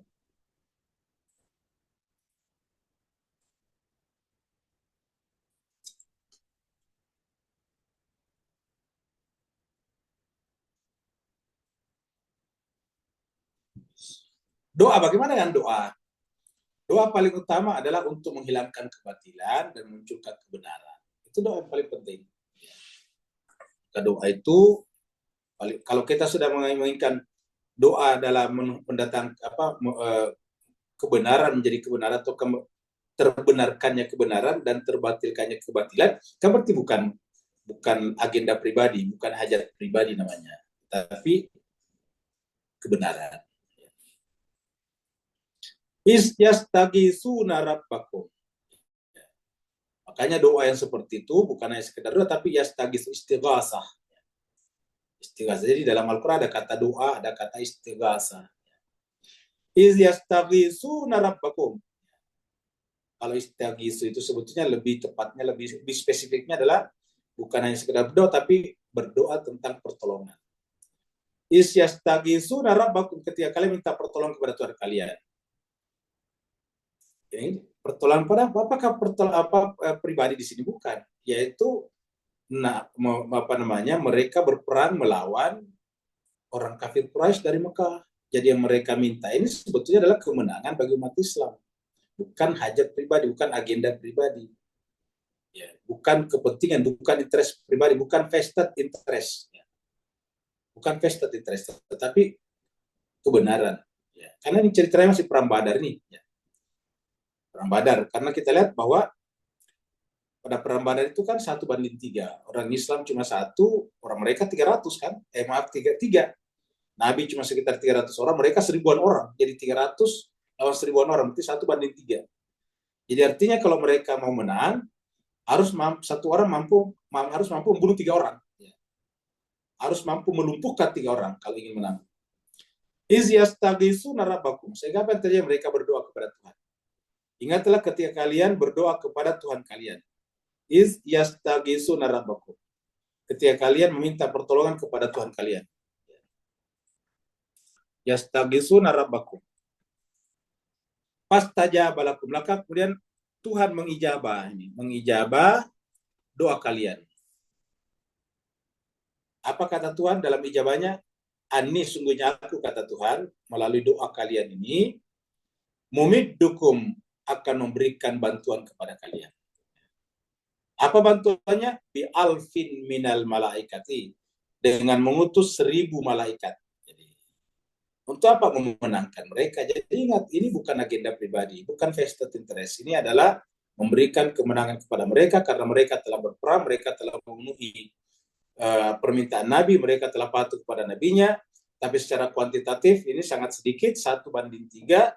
Mereka cuma 300 orang, sedangkan musuhnya 1000-an orang. Maka mereka minta, ya Allah, kekuatan berikanlah kepada kami. Nah, Nabi Allah mengijabah doanya dengan apa? Mumiddukum, mengirim kepada kalian pertolongan dalam bentuk bi alfin, 1000 minal malaikati. Jadi diberikan 1000 alf ya. Minal malaikati. Murdifin, dalam keadaan berduyun-duyun. Dalam keadaan bergerombol-gerombol, 1000 orang. Jadi kalau dipikir-pikir, sekarang kekuatan Nabi menjadi 1300 orang. Jadi kalau orang kafir Quraisy tadi 1000 orang, sekarang sudah menjadi 1300 orang muslim. Itu kalau kita bicara kuantitatif. Kalau kita anggap bahwa malaikat itu punya kekuatan yang super, satu malaikat bisa mengalahkan banyak orang, berarti memang harus menang mereka. Jadi bi'alfin minal malaikat. Bapak-bapak, ibu-ibu, puan-puan, tuan-tuan, saya ulangi lagi, bi'alfin minal malaikati. Kenapa saya ulangi? Karena banyak di antara kita yang masih percaya bahwa kita bisa dibantu oleh jin. Tidak pernah kita temukan dalam Al-Quran Allah membantu orang mukmin dengan jin. Ingat, selalu dengan malaikat ini. Bi'alfin minal malaikati. Tidak dikatakan bi'alfin minal jin, minal jan, bukan. Tapi bi'alfin minal malaikati. Jadi malaikat ini. Kalau begitu apakah tadi mereka minta malaikat? Enggak. Mereka hanya minta kepada Tuhan diberi pertolongan. Istighasa saja. Ya, tastaghitsuna rabbakum, kalian meminta pertolongan kepada Tuhan kalian. Maka fastajaba lakum, Allah mengijabahnya dengan apa? Mengirim 1000 malaikat. Ingat, 1000 malaikat, bukan 1000 jin. 1000 malaikat. Karena kita sampaikan karena terus sampai sekarang masih terjadi penipuan demi penipuan, korban demi korban dengan keyakinan seperti ini. Walaupun sudah banyak beritanya, tetapi masih saja ada yang korban seperti itu. Jadi bi'alfin minal malaikati murdifin, berduyun-duyun. Ini di ayat Al-Quran ini ada 3000, ada 5000 malaikat. Coba kita lihat surat Al-Imran di sini. Surat Al-Imran ayat 124 dan 125. Al-Imran ini surat 3 ya. Istaqulu lil mu'minin, ketika kalian berkata kepada orang mukmin, alai yakfiyakum, tidakkah cukup bagi kalian, ayyumidda, yumidda tadi menolong tadi, sama tadi ini. Tadi kata-kata ini. Mumiddukum. Kalau di sini adalah yumiddakum. Kenapa yumidda? Karena dia an yumiddakum. Ittaqulu lil mu'minina alai yakfiyakum ayyumiddakum rabbukum. Yaitu apakah tidak cukup ketika Tuhanmu, Rabbukum, Tuhanmu menolong kalian? Apa pertolongannya? Bisalasati alafin. Dengan 3000 minal malaikat. Malaikat lagi, tidak bisa katakan lagi jin. Jadi bukan lagi jin, tapi malaikat ini.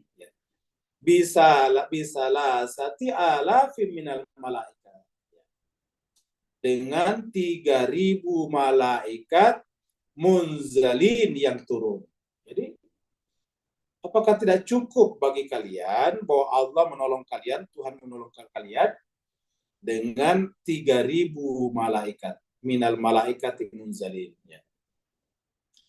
Bala, bahkan Tuhan menambahkan bala, bahkan in tasbiru, kalau kalian sabar, tambah lagi kalau kualitas diri ditingkatkan. Kan dari sini kita lihat bahwa pertolongan itu berbanding lurus dengan kita, kualitas diri kita. Karena ada kata-kata bala, bahkan seandainya kalian sabar, tadi sabar juga, tapi sekarang lebih sabar lagi, wa tattaqu, dan bertakwa, wa ya'tukum min fawrihim, lalu kemudian mereka datang kepada kalian secara mendadak, menyergap kalian secara mendadak, Ya, wa yumidukum farihum hadza yumdidukum niscaya yumdidukum rabbukum niscaya Tuhanmu akan menolong kalian bi khamsati alafin dengan 5.000 malaikat. Jadi tadi 3.000 di sini bisa lah tati alafin, sekarang menjadi bi khamsati alafin. Kapan? Intasbiru wa tattaqu. Apa khamsa alafin? Minal malaikati, dengan malaikat. Ini kan minal jin, minal malaikati. Musawwimin semuanya menggunakan tanda yang sama. Maksudnya itu punya kualitas yang sama semuanya. Minal malaikati musawwimin. Jadi jelas sekali jemaah sekalian. Al-Quran itu berbicara sangat-sangat jelas. Ya, jadi di masyarakat kita, bahkan di kalangan komunitas beragama, tadi pesantren, tadi mana masih percaya kalau bisa orang dibantu dengan jin-jin. Ya. Ini dalam Al-Quran tidak pernah kita temukan yang ada. Memang ada jin dalam Al-Quran, tapi memberikan pertolongan nggak ada. Yang ada adalah malaikat. Satu-satunya ada, itu adalah justru menggunakan jin, syaitan. Ya, langsung disebutkan begitu. Berarti artinya apa? Ini adalah hukuman orang terhukum, digunakan Nabi Sulaiman untuk membangun istana. Gitu. Jadi Nabi Sulaiman menggunakan mereka. Kalau ini kan pertolongan dari Allah. Nah, jadi ini kita lihat. Jadi mumiddukum bi alfin minal malaikati murdifin. Ayat terakhir.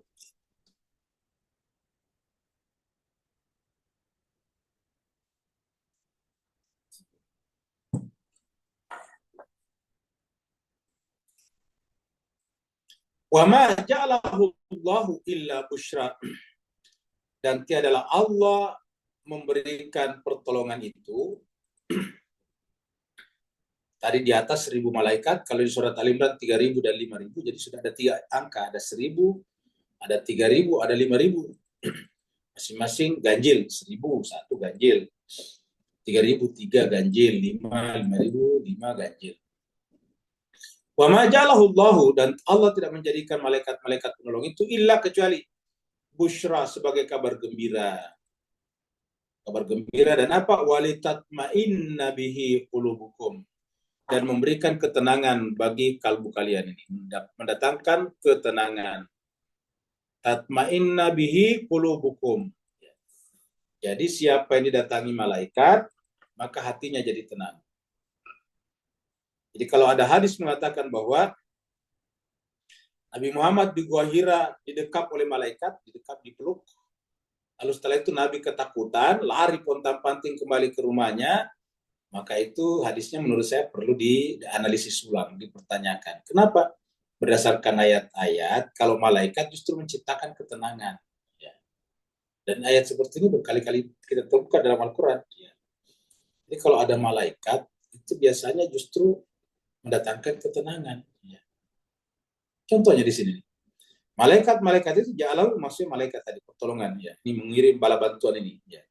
Ja'alahu itu tiadalah Allah menjadikan bantuan malaikat itu kecuali sebagai busyra, kabar gembira. Kabar gembira berarti senang, tidak takut. Satu. Yang kedua, walitatma'inna, mendatangkan ketenangan. Tatma'inna itu mutma'inna, ketenangan. Bihi, dengan pertolongan itu qulubukum, kalbu kalian. Jadi orang dapatkan malaikat itu menjadi tenang. Ya. Tempat lain dikatakan bahwa innalladzina qalu rabbuna Allah tsumma istaqamu tatanazzalu 'alal malaika alla tahaf wa la tahzan. Siapa yang berkata la ilaha illallah atau Tuhanku Allah baru istiqamah, Allah akan menurunkan kepadanya malaikat. Tatanazzal oleh malaikat sehingga hatinya apa? La tahaf la yahaf la yazan. Hatinya tidak memiliki rasa cemas, rasa takut dan tidak bersedih. Lah kok masa Nabi dipeluk sama malaikat, habis itu dia ketakutan. Lari mondar-mandir, meminta kepada istrinya diselimuti. Istrinya meyakinkan, seakan-akan istrinya lebih tahu daripada dia. Kamu wahai suamiku, tidak mungkin kamu kemasukan jin setan karena kamu adalah orang baik. Nah, Muhammad belum yakin, minta kepada Khadijah, menanyakan kepada pamannya. Coba tanya pamanmu, bayangkan. Berdasarkan Al-Quran justru kalau malaikat datang adalah menciptakan ketenangan jiwa, mendatangkan ketenangan jiwa. Ya. Wa ma ja'alahu Allahu illa busyra walitatma'inna bihi qulubukum. Jadi mendatangkan ketenangan bagi kalbu kalian. Wa man nasru, dan tiadalah pertolongan itu illa kecuali min indillah. Jadi pertolongan yang sesungguhnya hanya datang dari Allah. An-nasru itu adalah min indillah. Tidak ada nasr kecuali dari sisi Allah. Wa man nasru illa min indillah. Innallaha azizun hakim. Sesungguhnya Allah itu adalah maha perkasa lagi maha bijaksana. Jadi artinya kebijaksanaannya yang mengetahui pantaskah kita ditolong atau tidak. Keperkasaannya itu menyebabkan pertolongannya tak terkalahkan. Kita buka lagi surat Al-Imran. Ayatnya 126. Tadi kan 124, 125, sekarang 126. Wa ma ja'alahu Allahu, dan Allah tidak menjadikan pertolongan sama tadi. Wa ma ja'alahu Allah illa sama nih. Lakum walitatmainna qulubukum, mirip di sini. Jadi kalimat pertama mirip ini. Wa ma ja'alahu Allahu illa busyra walitatmainna bi qulubukum. Ini mirip ya. Wa ma ja'al, pada ini surat Al-Imran. Wa ma ja'alallahu, tiadalah Allah menjadikan pertolongan malaikat itu kepada kalian illa kecuali busyra lakum, sebagai kabar gembira bagi kalian. Walitatma'inna qulubukum bihi, dan agar kalian, kalbu kalian merasa tenang dengannya. Walitatma'inna qulubukum bihi, dan supaya kalbu kalian tenang dengan malaikat-malaikat itu. Jadi malaikat mendatangkan ketenangan. Ini sudah berapa ayat kita lihat. Jadi mengherankan sekali kok Nabi justru menjadi bingung dengan adanya malaikat datang kepadanya. Wa man nasru, dan tiadalah pertolongan itu illa kecuali min indillah al-azizil hakim. Ini sama tadi. Kalau kita lihat ini ayat mirip, seperti copy paste. Sama nih. Wa man nasru illa min indillah innallaha azizun hakim. Coba kita lihat. Wa man nasru illa min indillah al-azizul hakim. Innallah, bedanya di sini ada innallah, kalau di sini tidak ada innallah. Harus dikatakan illa min indillah al-aziz al-hakim. Kalau tadi illa min indillah innallaha huwal azizul hakim. Di sini innallaha azizun hakim. Sama bunyi ayatnya. Baru itu apa tuh memberikan pertolongan itu? Liyak ta'atarafa minal ladina kafaru. Nah, dengan seperti itu Allah ingin membinasakan. Ya, kata itu secara bahasa itu memotong. Tarafa minal ladina kafaru. Untuk memotong, menghancurkan, membenturkan kelompok-kelompok daripada orang kafir itu. Au yakbitahum fayam kawilu khaibin. Atau menjadikan mereka yakbitahum. Menjadikan mereka hina dengan itu. Wayang kali buka ini, sehingga mereka semua perjuangannya selama ini menjadi sia-sia. Jadi jemaah sekalian, kita sudah lihat ayatnya mengatakan bahwa pertolongan itu hanya dari Allah Subhanahu wa taala, dan pertolongan itu ada syaratnya. Itu apa? Memperjuangkan kebenaran. Memperjuangkan kebenaran, bukan memperjuangkan agenda-agenda pribadi kita. Bukan vested interest. Jadi wa man nasru illa min indillah innallaha azizun hakim. Dan ayat-ayat seperti ini terutama dibantu oleh malaikat atau setelah dapat malaikat mendatangkan ketenangan jiwa, itu kita temukan berkali-kali di dalam Al-Qur'an. Yang mudah-mudahan ini jemaah sekalian bisa memberikan tambahan pengetahuan kepada kita, bimbingan, karena Al-Qur'an itu panduan. Kita ini jemaah sekalian berharap dengan membaca Al-Qur'an, konsep ataukah konsepsi Islam yang ada di kepala kita adalah berdasarkan dari Al-Quran, bukan berdasarkan katanya-katanya. Saya di pengajian masjid beberapa hari yang lalu, pengajian masjid besar, tiba-tiba ditimbul pertanyaan bahwa syariat, dia dapatkan dari katanya dari ustadznya bahwa syariat Nabi-Nabi berbeda. Pada zaman Nabi ini, Nabi Nuh hanya salatnya cuma 2 rakaat, yaitu salat zuhur. Berikutnya lagi ada yang cuma salat maghrib, ada cuma salat asar, begitulah kata dia. Nabi Muhammad sudah mengumpulkan semuanya. Saya bilang itu menunjukkan bahwa konstruksi berpikir kita, terutama yang bertanya itu Bapak Ibu, adalah bukan dari Al-Quran, itu pasti dari cerita, entah dari hadis atau apa. Karena kalau kita kembali Al-Quran, itu syariat dari dulu sampai sekarang sama. Ya, itu diabadikan di dalam Al-Quran, saya bilang. Bukan kita yang bilang, tapi diabadikan. Tapi itulah tadi. Ya. Mana dalam Al-Quran mengatakan bahwa syariat agama sama? Berarti sholat itu sama-sama 5 waktu dari dulu sampai sekarang. Dari zamannya Nabi Adam, Nabi Nuh. Ya, kita bisa lihat di dalam surat Musyawarah, surat Asyura. Surat Musyawarah. Mana surat Musyawarah? Qurannya di sini.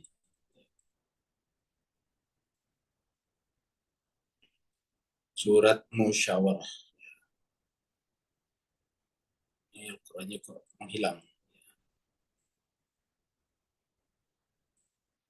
Nah, jadi kita lihat ini.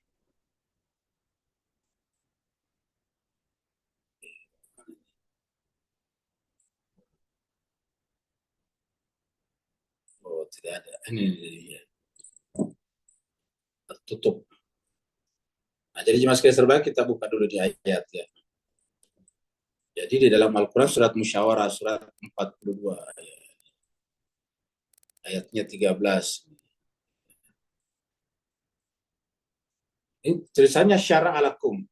Syara itu syariat, ini syara itu syariat.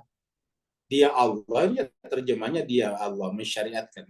Dia Allah mensyariatkan lakum kepada kalian minadin agama syariat mana yang dia juga wasa bihinuan yang dia sampaikan kepada Nabi Nuh. Jadi syariat yang sama diberikan kepada Nabi Nuh. Jadi kata-kata din ini semua nabi-nabi kan namanya bawa agama din. Ya, wasiatnya sama yang diberikan kepada Nabi Nuh. Walladzina auhayna ilaika, syariat yang juga Allah wahyukan kepada kaum Muhammad. Kayaknya ini Nabi Muhammad. Wa ma di sini adalah mim mausulah namanya, mausulah ini. Maksudnya syariat yang sama juga wasaina kami wasiatkan kepada Ibrahim. Wasiat yang sama kami berikan kepada Nabi Musa, kepada Nabi Isa. Nah, di sini ada 5 nabi di sini. Ya, pertama Nabi Nuh. Kemudian di sini ada Nabi Ibrahim. Di sini Nabi Musa, Nabi Isa. Di sini Nabi Muhammad, ilaikan Nabi Muhammad di sini. Ya. Nah, mereka berlima ini sudah dengan ulul azmi. Nabi Nuh, Nabi Ibrahim, Nabi Musa, Nabi Isa. Nah, sama semuanya. Apa wasiatnya? An aqimuddin, supaya menegakkan agama. Apa agama? Syariatnya tadi sih di sini. Syariat berarti syariat Nabi Muhammad sama dengan syariatnya Nabi Isa. Lalu kenapa sekarang tidak sama? Nah, itu yang disebut dalam Al-Quran dengan tahrif, terjadi perubahan. Siapa yang merubah? Ya umatnya. Ya. Karena kebanyakan agama itu dirubah oleh umatnya. Sama tadi konsep doa kita banyak berubah. Ya, konsep konsep tadi jin tiba-tiba dibesar-besarkan. Padahal dalam Al-Quran malaikat kan kita pun melakukan tahrif. Cuma tahrifnya kita bukan tahrif lafzi namanya, tapi tafsir maknawi. Artinya bahwa yang kita rubah bukan Al-Qurannya, tetapi pemahaman kita yang berubah. Tiba-tiba kok hebat sekali kalau ada orang bisa menggunakan jin. Padahal Al-Quran mengatakan itu malaikat yang Allah gunakan menolong Nabi dan sahabat-sahabatnya pada saat itu. Nah, jadi jemaah sekalian berbahagia, inilah yang kita pelajari pada kesempatan malam hari ini. Semoga mendatangkan manfaat lahir batin, dunia dan akhirat, dan paling tidak memperbaiki konstruksi berpikir kita tentang Islam, sehingga kita bisa meraup kembali kejayaan Islam di dunia ini, melebihi ideologi-ideologi dan agama-agama yang lain, karena Al-Quran mengatakan sejatinya kalian itu yang paling tinggi kalau kalian beriman. Dalam surat Al-Imran dikatakan wala tahinu wala tazanu wa antum la'alauna in kuntum mu'minin. Jadi surat Al-Imran ya. Surat 3. Surat Al-Imran ayat 139 ini. 139.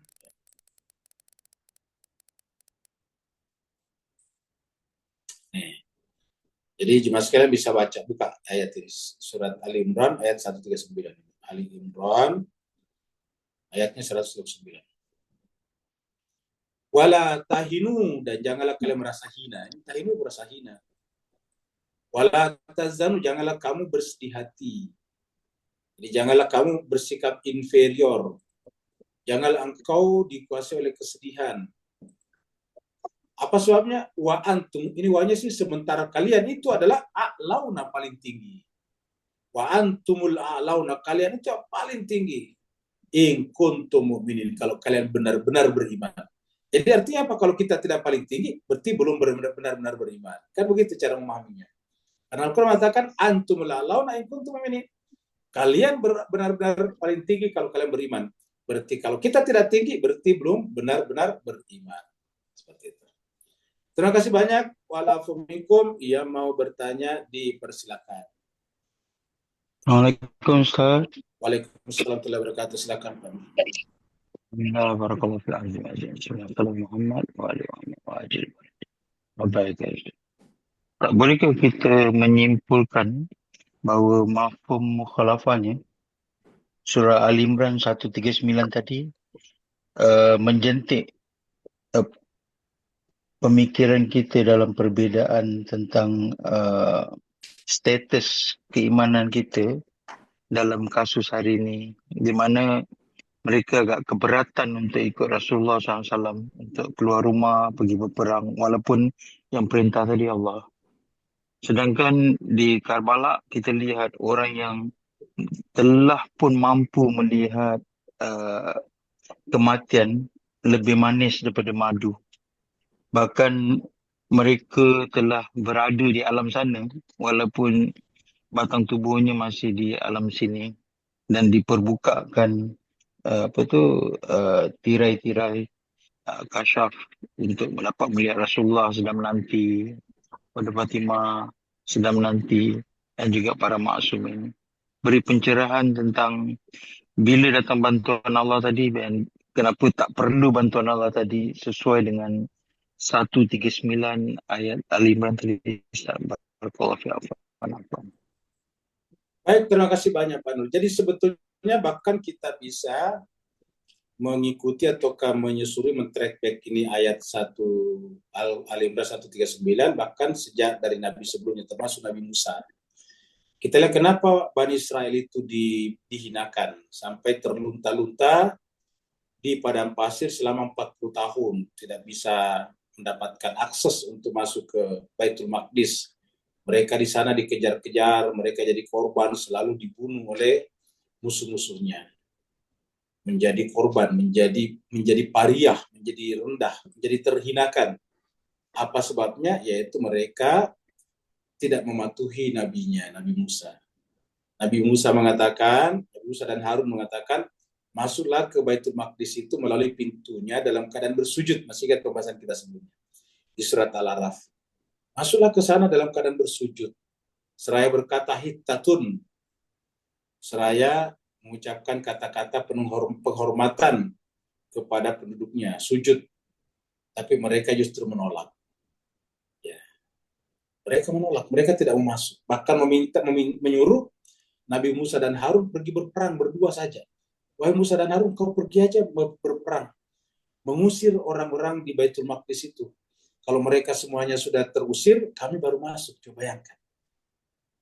Akhirnya apa yang terjadi? Karena penolakannya, keingkarannya, kedurhakaannya kepada nabinya Musa dan Harun, mereka terhinakan. Nah, begitu yang terjadi sebelumnya, setelahnya.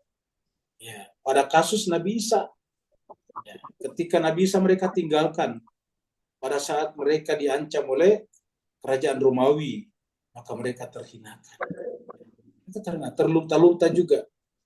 Nanti tahun 325 baru kemudian Raja Romawi Konstantin menerima Kristen masuk ke dalam Raja Romawi itu pun dengan perubahan-perubahan, dengan adaptasi-adaptasi, sehingga Kristen menjadi agama resmi, agama ofisial daripada Romawi, tetapi banyak perubahan jadinya, termasuk doktrin ketuhanannya, teologinya. Nah, hal yang sama terjadi lagi pada Nabi Muhammad kita tadi, yang kita lihat di Badar tadinya. Ya, di Badar mereka tidak ingin tadinya ikut berperang. Lebih parah lagi, di Uhud sudah ikut berperang, tapi juga mengkhianati nabinya. Coba. Jadi selalu ada seperti itu. Akhirnya terjadi kekalahan. Nah, terjadi lagi pada cucu Nabi, Sayyidina Husain. Ya. Bahkan terjadi juga pada bapaknya Husain, yaitu Sayyidina Ali bin Abi Thalib. Di perang Siffin, mereka mengkhianatinya. Berbanyak lagi yang lain. Jadi intinya adalah kita sekarang dirundung. Derita jangan-jangan adalah akibat kita sendiri tidak masuk dalam kategori tadi, wala tahinu wala tazanu wa antumul a'launa in kuntum mu'minin, seperti dikatakan Pak Nur tadi. Jadi harusnya ayat-ayat tadi dan kejadian-kejadian yang kita ceritakan, karena itu terjadi, benar-benar terjadi, harusnya membuat kita muhasabah, introspeksi diri, terutama diri kita masing-masing dan diri kita sebagai umat. Karena kok bisa-bisanya umat Islam sekarang jumlahnya sampai hampir totalnya sekitar 1,5 miliar. 1,5 billion umat Islam di seluruh dunia. Dari 8 billion umat Islam, 1,5 umat manusia. 8 miliar umat manusia, 8 billion, 1,5 miliarnya itu ada umat Islam. Tetapi, dan itu negaranya lebih 50 negara. Tapi kok tidak bisa berkutik, tidak bisa berbuat. Mereka dibunuh terus-menerus setiap hari di Gaza dan Lebanon sekarang. Ya, sudah 1 tahun lebih berlangsung pembunuhan itu. Dan PBB kemarin telah mengeluarkan laporannya bahwa semua ciri-ciri genosida terjadi di Gaza. Bapak sudah baca semuanya, ibu-ibu sudah baca juga laporan UN, PBB. Waktu kemarin datang ke Gaza melakukan inspeksi. Semua ciri-ciri genosida benar ada di Gaza. Coba ya. Akhirnya kemudian Paus juga berbicara. Paus dari Roma berbicara juga tentang genosida ini. Artinya umat Islam digenosida. Pada saat yang sama, umat Islam gembira sekali kalau bisa memasukkan satu orang non-Islam ke dalam Islam. Satu orang non-Islam dimasukkan ke non-Islam, orang kafir dimasukkan ke dalam Islam, gembiranya luar biasa, dibikin podcastnya. Padahal 40.000 orang Islam dibunuh setiap hari, kok diam-diam aja. Ya. Luar biasa. Orang yang jelas-jelas sudah mukmin dibunuh, kok yang dibangga-banggakan satu orang non-Islam masuk Islam. Itu perlunya, tapi ini ada berapa lama kita berdakwah baru bisa mendapatkan pengganti 40.000. Ya. Belum lagi dengan kerugian infrastruktur, kerugian properti di sana. Ya. Traumatik. Nah, tapi umat Islam menjadi penonton pasif saja. Satu-satunya yang tidak menjadi penonton pasif adalah Hamas. Ya, kalau PLO menjadi PLO menjadi penonton pasif, Fatah. Ya. Orang Palestina sendiri menjadi penonton pasif. Siapa? Ya Fatah. Kenapa? Sudah bikin perjanjian dengan Israel dan Amerika. Sudah berada di bawah ketiak Amerika. Tidak bisa berkutik lagi. Ya. Negara-negara Arab begitu juga yang melakukan perlawanan sekarang yang tidak pasif, hanya Hamas, Hezbollah di Lebanon, Ansarullah Houthi di Yaman, dan beberapa kelompok lagi di Iran. Ya. Dan satu negara yang namanya Iran. Hanya itu saja. Yang lain mohon maaf, sebelum maaf, ada kecenderungan mengkhianati Palestina. Artinya bahwa pengkhianatan sendiri adalah kehinaan, apalagi yang dikhianati adalah umat Islam yang sedang dibantai setiap hari di tengah-tengah masyarakat mereka. Palestina itu berada di tengah-tengah komunitas umat Islam. Dan kemudian dibantai begitu rupa oleh negara, oleh bangsa yang disebut sebagai bangsa yang rendah, yaitu tadi Bani Israel. Kenapa? Ya seperti ditanyakan tadi, Pak. Ada lagi yang lain? Ada di chatroom, Ustaz. Baik, kita pergi ke chatroomnya. Ustaz, Ya, saya ada pertanyaan sedikit, Ustaz. silakan, Enda. Begini, Ustaz. Adakah di dalam Quran ataupun hadis Nabi menyatakan bahawa seorang wanita kalau dia belum bersuami dilarang mengajar di madrasah ke di mana-mana? Apa benarkah, Ustaz? Terima kasih banyak. Jawabannya tidak ada. Jadi tidak ada larangan bagi wanita termasuk yang belum bersuami untuk mengajar di madrasah. Karena mengajar ini adalah pekerjaan yang paling mulia. Di antara pekerjaan paling mulia adalah mengajar. Karena mengajar itu artinya sama dengan menyalakan cahaya hati orang yang diajar. Orang yang mengajar itu adalah mendapatkan pahala jariah yang paling berkelanjutan. Karena kalau guru mengajari sekarang muridnya nanti menjadi besar, dewasa, kemudian menjadi guru lagi atau menjadi apalah yang bermanfaat, maka semua pahalanya juga ikut didapatkan oleh gurunya. Begitu nanti muridnya melahirkan murid lagi, mengajar lagi, begitu seterusnya. Akhirnya kemudian berkelanjutanlah itu. Seperti dalam ayat illalladzina amanu wa amilus solihati falahum ajrun ghairu mamnun. Jadi tidak ada larangan, justru sangat mulia. Kecuali kalau misalnya seperti dulu, mungkin perjalanan menuju ke sana jauh, jalan kaki, berbahaya, ada rampok, itu di jalan bisa dibunuh, diperkosa, itu mungkin. Tetapi sekarang di kota ramai, saya kira tidak ada larangan. Jadi bahkan sangat baik. Jadi yang namanya mengajar itu adalah profesi atau pekerjaan yang paling mulia. Ada lagi yang lain? Oh, di chatroom ya. Ini dari Pak Syuhada. Di dalam Al-Quran ada beberapa kali pengulangan ayat yang menyebutkan pertarungan antara Nabi Musa dan tukang sihir. Hal itu memang terjadi beberapa kali atau memang pengulangan ayat saja? Pertarungan Nabi Musa. Jawabannya cuma sekali. Seperti mana juga cerita nabi-nabi yang lain terkadang berulang. Oh, kenapa berulangnya? Karena gini sebetulnya, kalau kita membaca Al-Quran secara saksama, itu tidak bisa selesai 1-2 tahun. Bayangkan Nabi mengajarkan Al-Quran cuma 1 kali. Lamanya berapa? 23 tahun. Nah, jadi harus supaya diulangi kembali, mengingatkan yang lama. Seperti itu. Dan yang namanya pengajaran, salah satu ciri pengajaran adalah selalu diulang-ulangi. Ya. Jadi ciri yang melekat pada pelajaran harus diulang-ulangi. Maka di dalam Al-Quran itu diulang-ulangi, ya, diulang-ulangi supaya supaya meresap. Tetapi dalam Al-Quran setiap pada pengulangan biasanya sekaligus memperdalam makna yang sudah ada pada sebelumnya. Seperti itu. Jadi pengulangannya memperdalam makna sebelumnya. Paling tidak kalau diulangi menunjukkan ada intensitas di sana. Seperti itu. Bahkan dalam satu surat ada satu ayat yang sama diulang-ulangi. Seperti dalam surat Ar-Rahman, pengulangan fabi ayyi ala rabbikum tukatiban berkali-kali, sebanyak 30 atau 31 kali. Saya ulangi terus-menerus. Bismillah juga diulang-ulangi setiap surat. Tulisannya sama, Bismillahirrahmanirrahim. Jadi pengulangan-pengulangan seperti ini menunjukkan adanya urgensi, kepentingan, substansi yang dikandung oleh cerita itu. Seperti itu. Saya kira terima kasih banyak jemaah sekalian, sama berbahagia atas kehadirannya pada kesempatan malam hari ini. Semoga bermanfaat bagi kita semuanya dan menjadi cahaya terang dalam kehidupan kita dan bermanfaat nanti dalam akhirat kita. Walaupun minkum. Assalamualaikum warahmatullahi taala wabarakatuh. Waalaikumsalam.